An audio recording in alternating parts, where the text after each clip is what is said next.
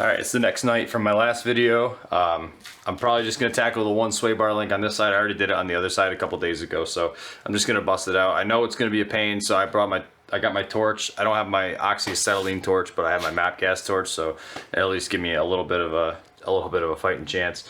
They're always stuck, but I'll show you my tricks that I use to get them out when they are stuck, because they almost always are.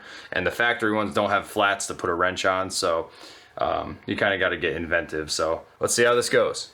So I've been soaking these with PV Blaster for a few days, but I'm just going to start by torching this as hot as I can get it, really, with this torch.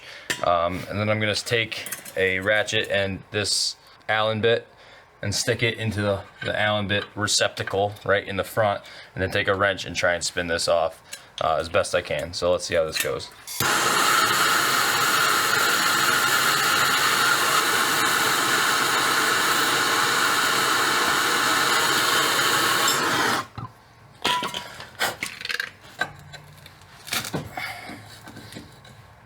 Alright, she's free in the bore, so I'm gonna try and get that in there.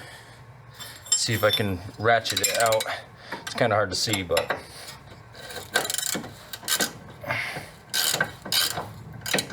basically I'm tightening the threads, and it's like reverse acting on the nut and loosening the nut. And there goes the Allen. So just like on the other side, we got a few turns out, and it stripped out the Allen. So I'm gonna see if I can put a vice grip on the back side and run it out with impact from the front. See if I can get another bite on this. Yeah. Alright, so basically after you turn it off a few turns on these, they usually seize up about halfway down the shaft, so you end up having to cut it off. So what I'm going to do is use a cutoff wheel, and I'm going to go behind the nut and in front of the control arm, and then cut the nut off from behind.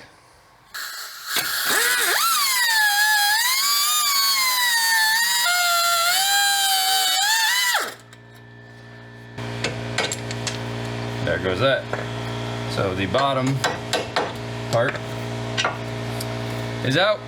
So basically I'm going to repeat the procedure on the top side, but I'm not going to explain every step of the way since you pretty much just saw it.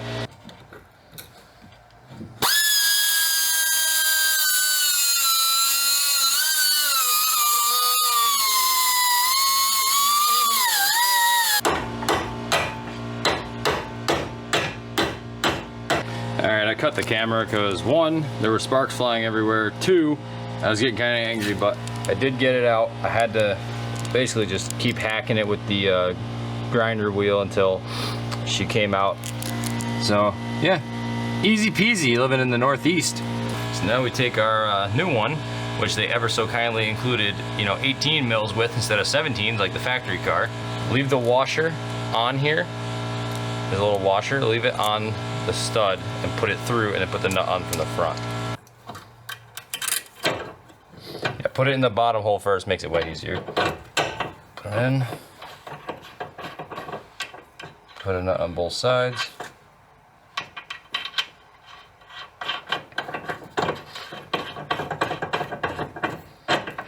So these have what the factory one should have had.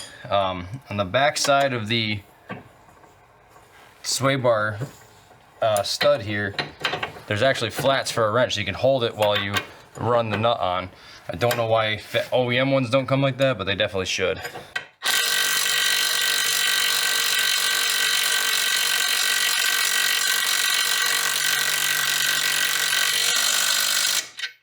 And these are locking nuts, so they will go on really hard, so it's helpful to have impact. But for this top one, I can't fit my impact in there, so I'm gonna have to run it on by hand.